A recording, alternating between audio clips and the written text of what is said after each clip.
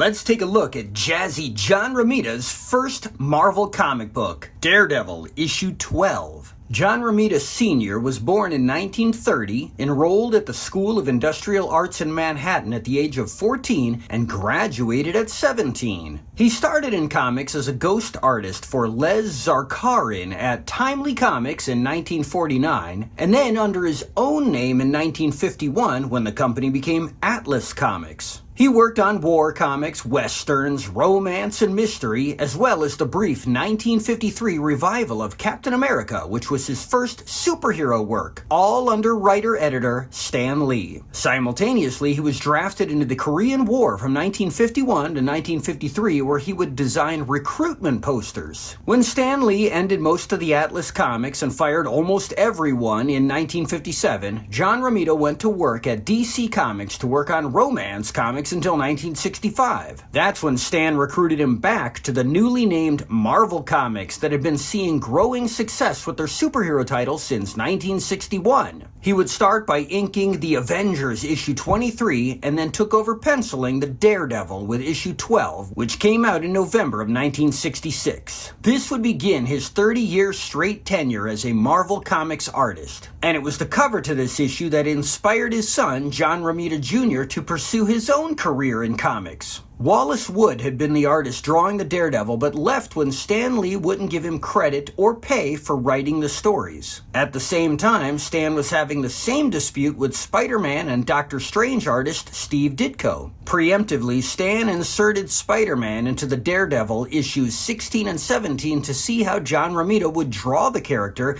in case he needed to take over. As predicted, Steve Ditko also left Marvel, and Stan had John Romita immediately take over Spider-Man with issue 39. During his long run on the title, he would design Mary Jane Watson, the Rhino, and the Kingpin. In 1970, after Jack Kirby also left Marvel Comics due to the same complaints of not receiving credit or pay for writing, John Romita would take over the Fantastic Four as well. Jack Kirby had launched the modern Marvel age with the Fantastic Four issue 1 and would draw the first 102 issues as well as the first 6 annuals. John Romita would take over with the cover to issue 102 and then the entirety of the comic starting with issue 103. Shortly after that, he would become the Marvel Comics art director, and he would go on to design the looks of Luke Cage, the Punisher, the Wolverine, and the Black Widow. John Romita would retire at the beginning of 1996 at the age of 65, but would continue to periodically contribute comic book covers for another 14 years. And then 13 years after that, John Romita Sr. died in his sleep in 2023 at the age of 93. This is the 450th comic I have looked through or reviewed on this channel. I've shown 1,658 comics here, with 100 of those being trade paperbacks or hardcovers.